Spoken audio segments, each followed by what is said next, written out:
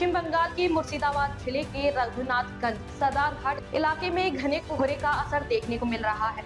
सुबह से ही दृश्यता काफी कम हो गई है, जिससे सड़क और नदी यातायात प्रभावित हुआ है। प्रशासन ने लोगों से सावधानी बरतने और जरूरत न हो तो यात्रा टालने की अपील की है।